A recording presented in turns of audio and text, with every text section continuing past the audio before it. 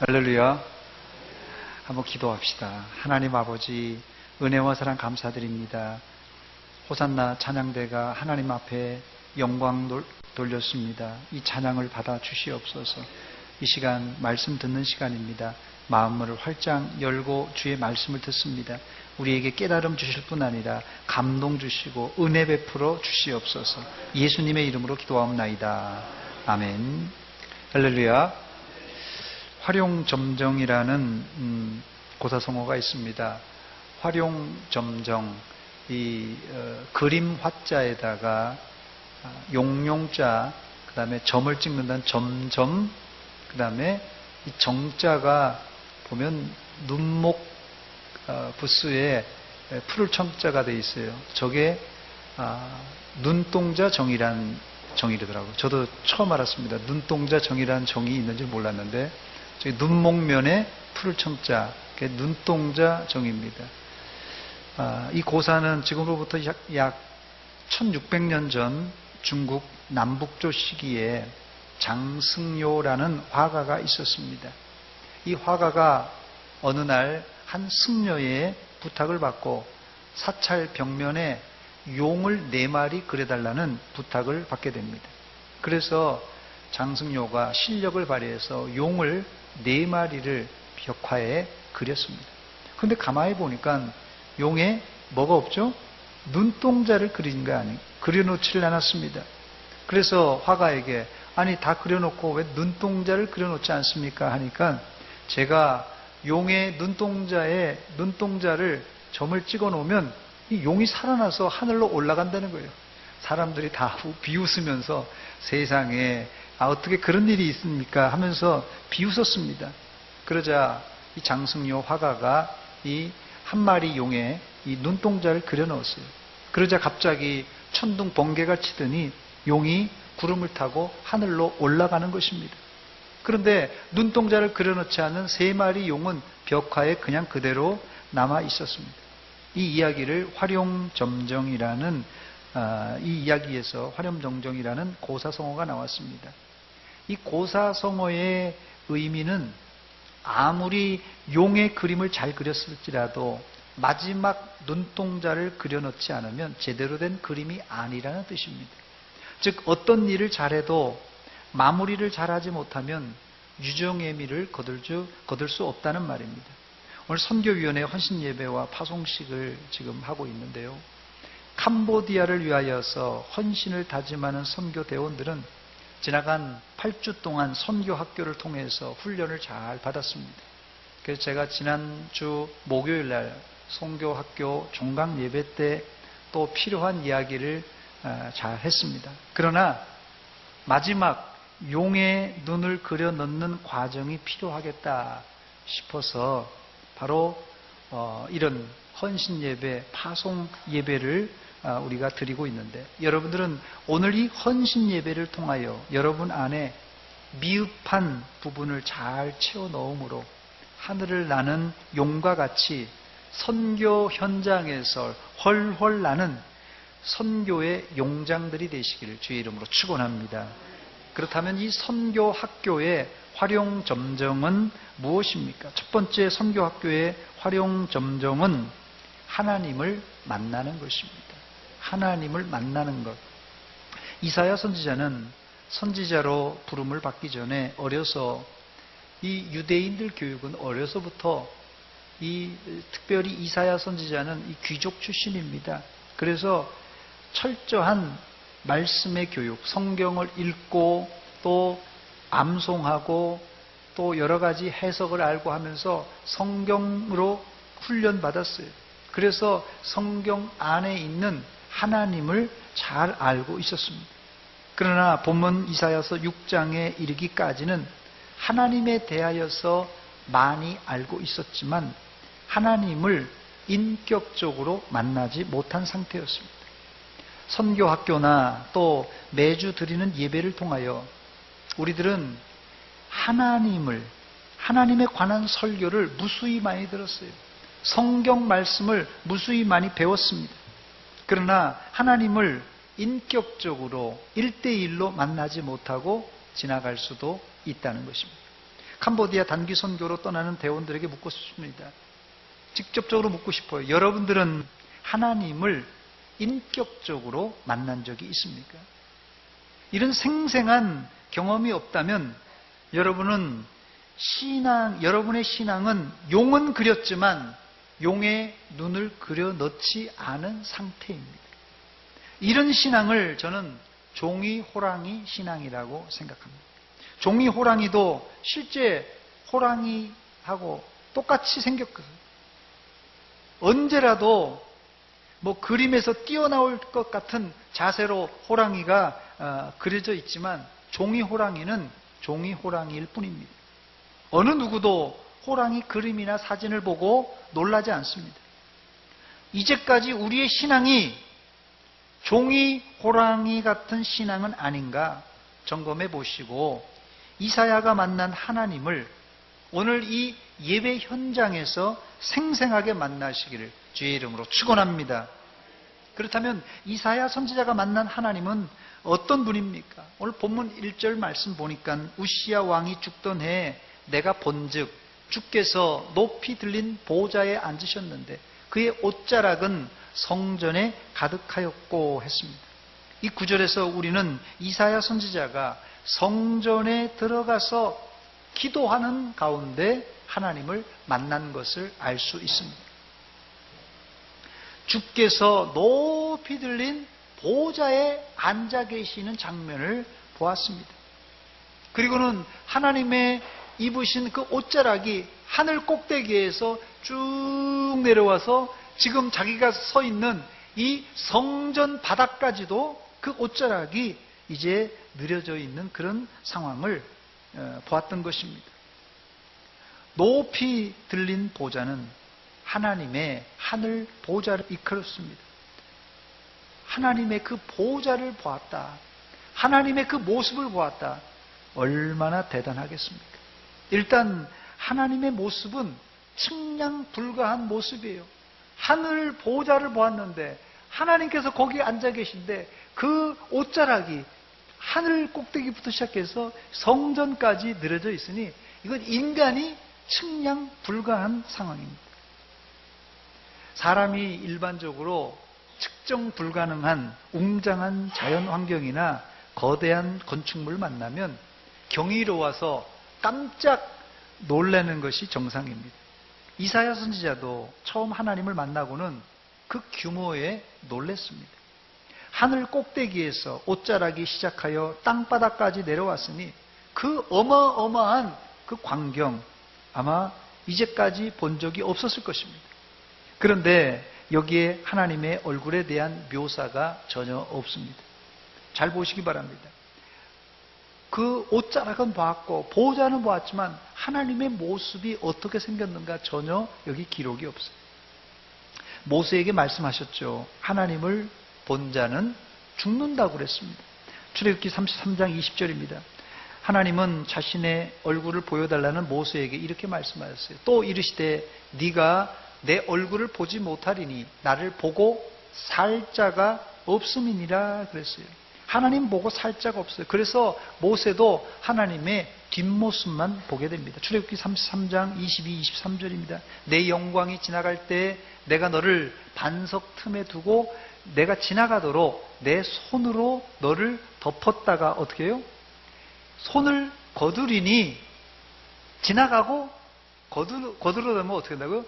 네가 내 등을 볼 것이요 얼굴은 보지 못하리라 그랬습니다.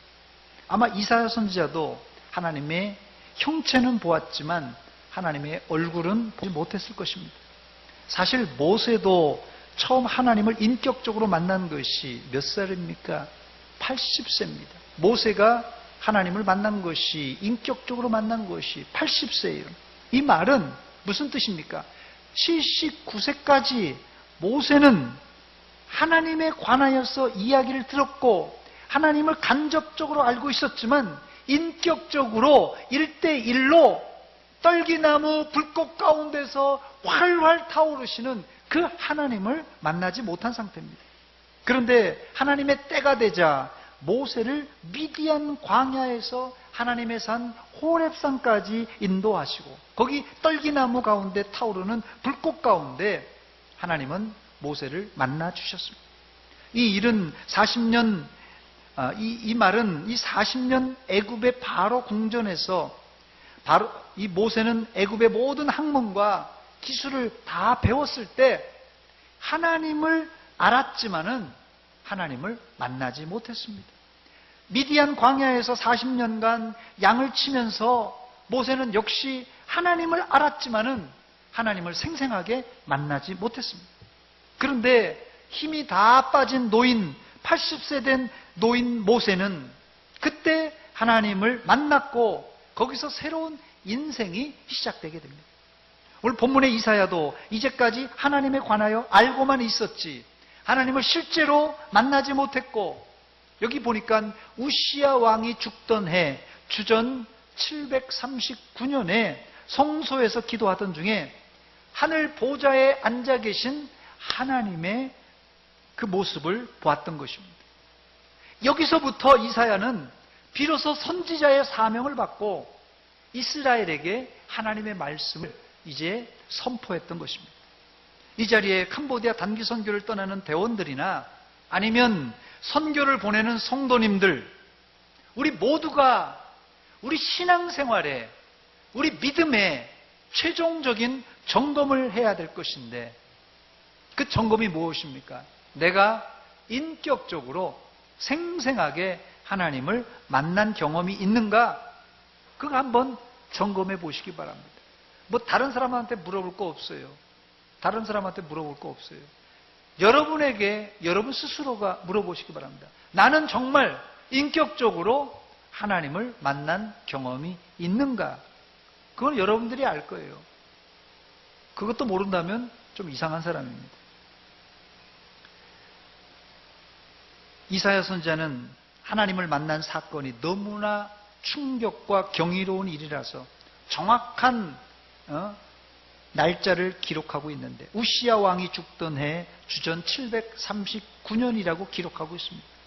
저는 뭐 여러분들이 구원파처럼 내가 몇 날 며칠 몇 시에 구원받았다 이런 날짜와 시간, 이게 그렇게 중요한 것은 아닙니다.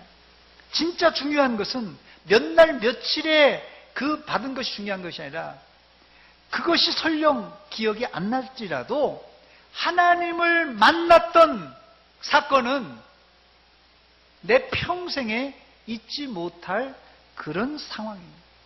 이사야 선지자가 이 성전 안에서 기도할 때 하늘 보좌로부터 하늘 꼭대기에서 있는 하늘 보좌와 그 하나님의 옷자락을 죽을 때까지 잊을 수 있겠습니까? 그날 몇 달, 몇 시, 몇 초인지 모르지만 그 사건을 잊을 수가 없다는 것이에요. 오늘 여러분들에게 저는 선교를 떠나는 여러분들, 선교를 보내는 여러분들에게 도전을 주고 싶습니다.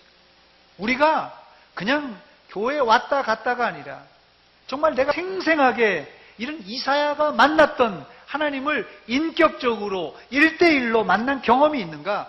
여러분들에게 한번 도전을 드리고 싶습니다. 혹시라도 만난 경험이 없는 분이라면 예배 끝나고라도 좋습니다. 집에 가지 마시고 여기 지하실에 가든지 여기 교육관에 가든지, 하나님, 내가 캄보디아 단기 선교 가기 전에 이사야가 만났던 그 하나님을 인격적으로 1대1로 만나길 원합니다. 기도하고 가시기 바랍니다. 아멘. 이건 심각한 일입니다. 두 번째, 선교를 나가기 전에 점검해야 될 두 번째는 나 자신을 돌아보고 죄를 회개해야 됩니다. 본문 5절입니다. 그때 내가 말하되 화로다 나여 망하게 되었도다. 나는 입술이 부정한 사람이요 나는 입술이 부정한 백성 중에 거주하면서 만군의 여호와이신 왕을 배웠음이로다 하였더라. 하나님을 제대로 만난 사람이라면 누구나 첫 마디가 이사야가 했던 그 고백이 나와야 정상입니다. 모세도 출애굽기 3장 6절에 하나님을 처음 만나고 자신의 얼굴을 가리면서 모세가 하나님 배우기를 두려워하여 얼굴을 가리매 했습니다.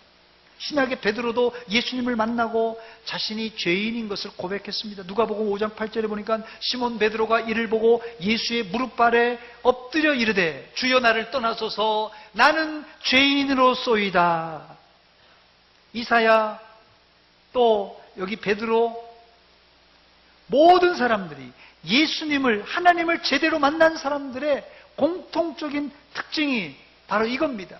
자기 자신이 죄인인 것을 비로소 깨달았어요. 여러분, 나도 나 자신을 잘 모르는 법입니다. 나도 나 자신을 잘 모르는 법이에요. 그래서 팔이 안으로 굽는다고 내 것에 대해서는 너무나 관대합니다.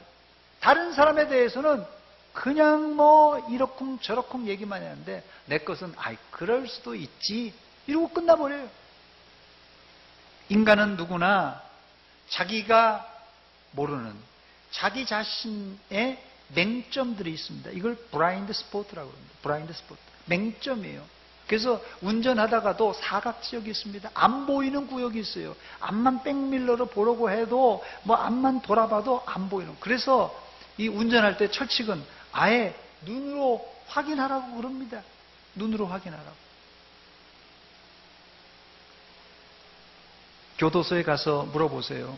당신 무슨 죄 지었어? 죄 있지? 이렇게 얘기하면 다들 억울하다는 소리 투성입니다. 살인죄, 강도죄를 저지르고도 할 말이 많은 게 요즘 현대인들이에요. 그렇다면 언제 우리가 내 숨겨진 얼굴의 실체를 볼 수 있습니까? 내 얼굴을 볼 수 있는 방법 간단하죠? 거울을 보면 볼 수 있어요. 내 얼굴은 내가 못 보지만 거울 보면 볼 수 있어요. 그런데 내 얼굴에 감춰있는 실체, 내 얼굴에 감춰있는 실체를 볼 수 있는 방법이 무엇입니까? 그것은 딱 한 가지입니다. 하나님을 제대로 만날 때 자기 자신의 실체를 비로소 발견할 수가 있습니다. 하나님을 제일 가까이서 모시는 천사들이 하나님 곁에서 어떻게 하나님을 수행하고 있습니까? 본문 2절과 3절 보니까 스랍들이, 천사들입니다. 스랍들이 모시고 섰는데 각기 6 날개가 있어. 그 둘로는 자기의 얼굴을 가리었고 그 둘로는 자기 발을 가리었고 그 둘로는 날며 뭐라고 합니까? 서로 불러 이르되 거룩하다 거룩하다 거룩하다 만군의 여호와여 주의 영광이 온 땅에 충만하더라 하더라 그랬습니다. 오늘 하나님 곁에서 수행하는 천사들조차도 그 하나님 옆에서 자기 얼굴을 가리고 부끄러운 발을 가리면서 거룩하다 거룩하다 거룩하다 하면서 날아다녔습니다. 하물며 천사들도 자기 얼굴을 가렸다면 우리들은 하나님을 만날 때 우리의 부족한 것, 우리의 죄악이 드러나야 정상입니다. 그렇습니다. 거룩하신 하나님 앞에 선 이사야 선지자는 자신의 부정과 죄가 그대로 드러났어요. 화로다 나여 망하게 되었도다. 나는 입술이 부정한 사람이요 나는 입술이 부정한 백성 중에 거주하는 자라고 고백하고 있습니다. 하나님을 만났을 때 그때 비로소 이사야는 자기 자신을 제대로 볼 수 있었던 것입니다. 이때 본문 6절 7절에 천사들이 성전 제단에 피고 있는 숯을 가져와서 이사야 선지자의 입술에 댑니다. 얼마나 뜨거웠겠어요. 그런데 놀라운 결과가 일어났습니다. 이사야 선지자의 그 많던 죄가 사함을 받았어요. 그때 그 스랍 중에 하나가 부젓가락으로 제단에서 집은 바 핀 숯을 손에 가지고 내게로 날아와서 그것을 내 입술에 대며 이르되 보라 이것이 내 입에 닿았으니 내 악이 제하여졌고 내 죄가 사하여졌느니라 그랬어요. 하나님은 회개하는 자에게 화로다 나여 망하게 되었도다. 내 입술이 부정합니다. 내가 부정한 사람이라 이렇게 고백하는 이사야에게 하나님은 어떤 죄를 지었을지라도 사죄의 은총을 내려 주셨습니다. 이 사죄의 은총을 오늘 선교를 떠나는 우리 선교대원들은 물론이거니와 우리 선교를 보내는 우리 온 성도들도 다 받아 누리시기를 주의 이름으로 축원합니다. 단기 선교를 앞둔 선교팀과 성도 여러분, 죄로 얼룩된 손과 죄로 얼룩진 우리의 마음으로 선교는 불가능합니다. 불가능해요. 선교는 일반 여행이나 NGO의 어떤 구제 활동이 아니라 하나님을 모르고 죽어가는 생명을 살리기 위해서 가는 행동이에요. 그런데 내 손에 죄가 가득하고 내 마음에 죄가 가득하고 내 안에 예수의 생명이 없는데 과연 그 선교가 제대로 될 수 있겠습니까? 오히려 우리가 캄보디아에 가서 그 깨끗한 사람들에게 죄를 오염시키고 올 수 있어요. 진짜요. 저 그런 거 많이 봤습니다. 오히려 한국에서요. 한국에서 선교 간다고 그래가지고 필리핀이나 동남아시아에 가가지고요. 안 좋은 거 다 가르쳐주고 죄를 가르쳐주고 오는 거 제가 많이 봤어요. 너무 가슴 아프더라고요. 실제 상황입니다, 진짜. 여러분 안에 있는 작은 죄라도 회개해야 됩니다. 이 죄를 품고 절대 선교 가서는 안 됩니다. 이 사람은 가지 말아야 돼요. 죄를 품고 있는 사람은. 그러면 여러분 작은 죄라도 회개할 때 어떤 죄든지 하나님께서 용서해 주신다고 약속하셨습니다. 요한일서 1장 9절입니다. 만일 우리가 우리 죄를 자백하면 저는 미쁘시고 위로사 우리 죄를 사하시며 모든 불의에서 우리를 깨끗하게 하실 것이라고 약속해 주셨습니다. 그런데 문제는 여러분 이 회개가 쥐어짠다고 억지로 되지 않아요. 회개는 쥐어짠다고 이게 안 됩니다. 어떻게 이사야에게 회개가 일어났습니까?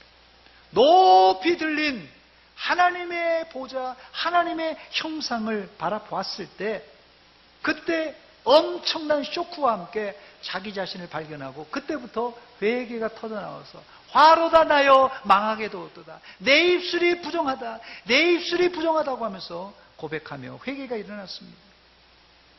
죄짓고 잘못했다 이렇게 인정하는 것. 여러분 근데 회개를 여러분 잘 생각했어요. 그건 회개 다 했는데 잘 들어보세요. 이 죄를 짓고 이것이 잘못됐다 이렇게 인정하는 것은 제가 볼 때는 3살 아래도 가능할 것 같아요. 어때요? 여러분 손주들 자녀들 키워보니까 어때요? 2살, 3살, 4살 아이들이 자기가 어디 장난하다가 뭘 깼다. 벌써 이게 잘못한 것 알까요? 모를까요? 3살 정도면 벌써 요즘은 빠삭합니다. 잘 알아요. 벌써 자기가 잘못한 줄 알아요. 잘못한 것도 시인합니다. 여러분 죄짓고 잘못했다고 그 잘못을 인정하는 것은 3살 먹은 아이들도 하는 행동이에요. 그러나 죄를 인정하는 것이 회개가 아닙니다, 여러분. 죄를 인정하는 것이 회개가 아니라 진정한 회개는 어디서부터 출발한다고요? 하나님으로부터 출발하는데 하나님의 그 어미하신 것을 봐야 되고 만나야 되고 그 충격과 그 자기 자신을 발견하면서 죄를 회개할 뿐 아니라 자복할 뿐 아니라 죄를 이젠 돌이키는 것이에요. 행동을 돌이키는 것이에요. 아마 이 시간에 목사가 당신 죄졌지 회개합시다 다 회개할 겁니다. 그런데 돌아가서는 똑같은 죄를 짓는다면 그건 회개가 아니에요. 지금 여기서 잠깐 죄는 인정합니다. 제가 잘못했습니다. 죄는 인정합니다 하는데 가서는 똑같이 해요. 이거는 회개가 아닙니다, 여러분. 착각하지 마세요. 3살 아이들도 자기 죄가 잘못한 거 인정합니다. 여러분 죄를 인정하는 것이 회개가 아니에요. 통회하고 자복하고 돌이키는 것입니다. 이게 있어야 돼요. 우리 단기 선교팀에게 이런 회개의 역사가 일어날 때 캄보디아 현장에도 회개와 부흥의 역사가 일어날 줄 믿습니다. 이게 없으니까 우리가 변화가 없는 거예요. 마지막 3번째입니다. 선교의 마지막 활용점정 3번째는 여러분 안에 불타는 소명의식을 점검하시기 바랍니다. 본문 8절입니다. 내가 또 주의 목소리를 들으니 주께서 이르시되 내가 누구를 보내며 누가 우리를 위하여 갈고 하시니 그때 내가 이르되 내가 여기 있나이다 나를 보내소서. 내가 여기 있나이다 나를 보내소서. 자신의 죄를 회개하고 용서받은 이사야의 귀에 주의 음성이 들려왔습니다. 내가 누구를 보내며 누가 우리를 위하여 갈고, 누가 우리를 위하여 갈고. 회개하고 사죄하는 은총을 받은 이사야에게 하나님이 지금 말씀하셨어요. 이때 즉시 이사야는 반응했습니다. 내가 여기 있나이다. 나를 보내주소서. 감사한 것은 이번 캄보디아 단기 선교팀은 근래 들어 가장 많이 가는 단교 선교팀인데요. 48명입니다. 총 48명이 갑니다. 여기 48명이 동원되기까지는 뒤에서 수고하신 우리 선교위원 장로님, 선교위원 장로님은 말할 것도 없고, 특별히 이번에 많이 가는 팀이 있는데요. 우리 의료팀이 많이 갑니다. 우리 특별히 의료 선교 팀장님이 수고를 많이 하셨습니다. 우리 누가 의사회 회장이신 오늘 기도하신 우리 문철진 집사님이 큰 수고를 많이 하셨어요. 그래서 올해가 이제까지 간 의료진 중에 제가 생각할 때는 가장 많은 의사 선생님, 간호사 선생님, 의료팀이 가장 많이 가지 않나 이렇게 생각이 됩니다. 이 말은 이제까지 우리 교회가 저는 소망이 있다고 생각이 됩니다. 많이 간다는 그런 게 좋은 게 아니라 소망이 어떤 소망이냐. 우리를 위해서 누가 갈고 하나님이 탄식하시는데 내가 여기 있나이다. 나를 보내소서 하면서 48명이나 이 캄보디아 선교에 발을 내디뎠다는 것이 저는 이게 소망이라고 생각이 됩니다. 하나님의 음성에 반응하는 교회가 돼야 돼요. 하나님께서 회개하라는데도 그냥 하나님이 알아서 하세요. 목사님이나 떠드세요. 이러면 되겠습니까? 하나님이 누가 가겠습니까? 하니까 제가 가겠습니다. 제가 가겠습니다. 서로 가겠다고 이렇게 나서는 교회, 아직까지 소망이 있는 교회라고 저는 생각이 됩니다. 여러분들도 하나님께서 말씀하시면 언제든지 무슨 일을 시키든지 내가 여기 있습니다. 나를 사용하여 주시옵소서. 순종하는 여러분이 되시기를 주의 이름으로 축원합니다. 캄보디아 인구가 제가 한번 찾아보니까 2016년 기준으로 1595만 7,223명이라고 합니다. 2016년 통계인데요. 제가 한번 찾아보니까 근데 거기에 95%가 소승불교입니다. 거기에다가 개신교 숫자는 1.29%, 1.3%도 안 됩니다. 몇 명입니까 저게? 17만 2,987명. 1.29%예요. 그래서 캄보디아에 그래도 제가 저 통계를 보면서 희망을 봤는데요. 놀라운 것은 저 15만 7,223명 중에 3분의 1이 15세 미만이라고 합니다. 노인들이 별로 없어요. 거긴 또 장수하는 나라가 아니기 때문에 노인들이 별로 없어요. 저 인구 중에 3분의 1이 15세 미만이에요. 그래서 아이들이 바글바글합니다. 아직까지. 캄보디아는 아이들이 많아요. 그래서 저희가 이 교육 선교에 손댄 것도 이상호 선교사님도 아이디어가 좋은 거예요. 왜냐하면 어린아이들, 배울 어린아이들이 많기 때문에 그래요. 현재 또 제가 통계를 찾아보니까 캄보디아에서 선교 활동을 하는 선교사님들은 약 2,500명에서 3,000명. 이제 정상적으로 이렇게 등록된 사람들은 2,500명 정도 되는데 그 외에 한 500명 정도는 소재나 이렇게 좀 비밀스럽게 하시는 분들은 파악이 안 돼서 한 2,500명에서 3,000명이라는 통계를 제가 봤어요. 그런데 놀라운 통계는 지난달 몇 주 전 됐죠. 이 새로남 교회에서 우리 총회 GMS 세계 선교대회를 새로남 교회에서 했는데 거기 제가 책자를 구입해서 봤는데 캄보디아 장완익 선교사가 캄보디아에서 선교하는 이 장 선교사님이 보고서를 하나 써놨더라고요. 그래서 제가 좀 읽어봤습니다. 그런데 캄보디아에서 활동하는 3,000명 선교사의 거의 절반 이상이 한인 선교사라고 그래요. 놀랍지 않습니까? 하여튼 외국에서 온 선교사가 한 3,000명 되는데 절반이 한국 선교사라는 거예요. 이게 아마 인도 차이나 접근성이나 여러 가지가 우리 한국의 접근성이 강하기 때문에 이 외국에서 오는 선교사님들이 좀 힘들지 않나 생각이 드는데 어쨌든 한국이 책임져야 될 선교지가 캄보디아가 아닌가 그런 생각이 듭니다. 그래도 아직도 캄보디아에 한인 선교사가 더 필요하다 이렇게 요청이 많습니다. 우리 교회가 캄보디아 복음화에 힘써서 아까 말씀드린 대로 1.3%도 안 돼요. 요 1.29%가 이 장성교사님 그 통계를 냈더라고요. 지금 뭐 따끈따끈한 통계일 거예요. 이게 바로 2주 전에 발표한 거니까요. 그런데 이제 1.3%도 안 되는 이 캄보디아 선교 인구가 우리의 선교를 통하여서, 여러 사람들의 선교를 통하여 기독교 인구가 이제 10%, 20%, 30%로 늘어가서 캄보디아가 선교를 받는 나라가 아니라 오히려 해외 선교하는 나라가 될 때까지 우리가 계속해서 기도하고 협력해야 할 것입니다. 그리고 또한 우리가 꼭 외국에 나가야만 선교하는 것이 아니라 국내에서, 내가 살고 있는 현장에서 복음을 전할 사람이 필요하다고 지금도 주님은 찾고 계십니다.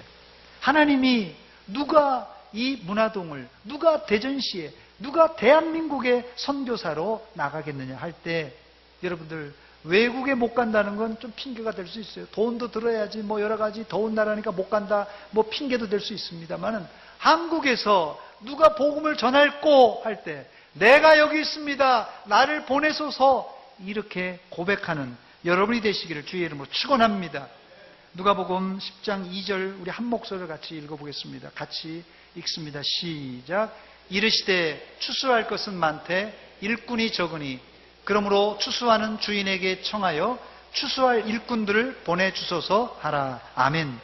예수님의 간절한 부탁이에요. 지금 휘어져 추수할 곳이 많은데 일꾼들이 부족하다고 합니다. 이사야 선지자처럼 여러분들은 언제 어디서 부르더라도 내가 여기 있습니다, 나를 보내소서 하면서 복음 전파에 이 전력을 다하시기를 주의 이름으로 축원합니다. 이제 말씀을 마칩니다. 선교의 마지막 점검 3가지를 해보았습니다. 이 점검은 단순히 어떤 사람 이제 선교 가니까 이 운동화 끈을 갖다가 단단히 메고 가야 됩니다. 무슨 뭐 운동회 하는 게 아니에요, 여러분. 운동화 끈 메고 이 선교 가는 게 아닙니다. 뭐 집이 낡았으니까 그냥 리모델링 좀 해보자, 이런 게 아닙니다. 선교는 만약에 집수리를 한다면 완전 옛 집을 완전히 헐어버리고 새로운 집을 짓는 과정과 같습니다. 이 변화는 단순한 윤리 도덕적인 변화가 아니라 영적인 변화예요. 제가 3가지 말씀드린 거는 이거는 그냥 윤리 도덕적으로 우리 조금 으쌰으쌰 좀 잘해보자 그런 게 아니에요. 첫째가 뭡니까? 하나님 만나는 거예요. 하나님 만나는 건 이건 무슨 뭐 어디 윤리 도덕적으로 조금 뭐 기도 조금 더 할까? 우리가 조금 성경 좀 더 읽을까? 뭐 이런 차원이 아니라 이건 완전히 폭발적인 그런 놀라운 사건이 여러분 마음에서 폭발해야지 이게 지금 된다는 것이에요. 그게 아니면 이게 뭐 아니면 돕니다. 이게 신앙생활도 뭐 아니면 도예요. 하나님은 만났냐 못 만났냐 그 둘 중에 하나지. 만났나 안 만났나. 저도 충청도입니다만은 충청도 사람들 특징이 그거라고 하더라고요. 만난 것고 같기도 하고 이쪽에서는 아닌 것도 같기도 하고.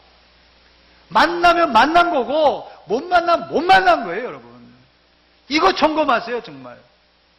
단기 선교를 가든 우리가 보내든 우리가 점검해야 될 상황입니다. 이 헌신 예배를 통하여서 여러분들은 하나님을 만날 뿐 아니라 여러분 안에 있는 작은 죄라도 회개하시고 결단하심으로 단기 선교를 가는 사람이나 보내는 사람이나 다 모두 다 하나님께 쓰임받는 성도들이 되시기를 주의 이름으로 축원합니다. 같이 기도하겠습니다. 하나님 아버지, 이 시간 하나님 앞에 저희들 나왔습니다.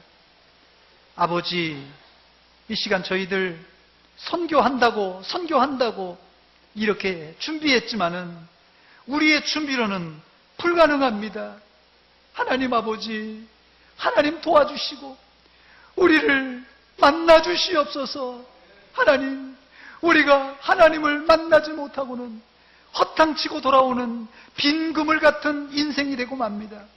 하나님, 생생하게 우리를 만나 주시고 또한 우리가 하나님 앞에 더럽고 추한 죄를 다 회개하고 토해내므로 정결하고 깨끗한 마음으로 선교 출발하게 하여 주시옵소서. 또한 하나님, 이렇게 뜨거운 마음으로 결단하며 출발합니다. 가고 오는 길 안전하게 지켜 주시옵고, 그곳에 하나님의 놀라운 기적과 이적과 놀라운 사건들을, 이제까지 체험하지 못했던 놀라운 체험들을 하고 돌아오게 하여 주시옵소서. 예수님의 이름으로 기도하옵나이다. 아멘.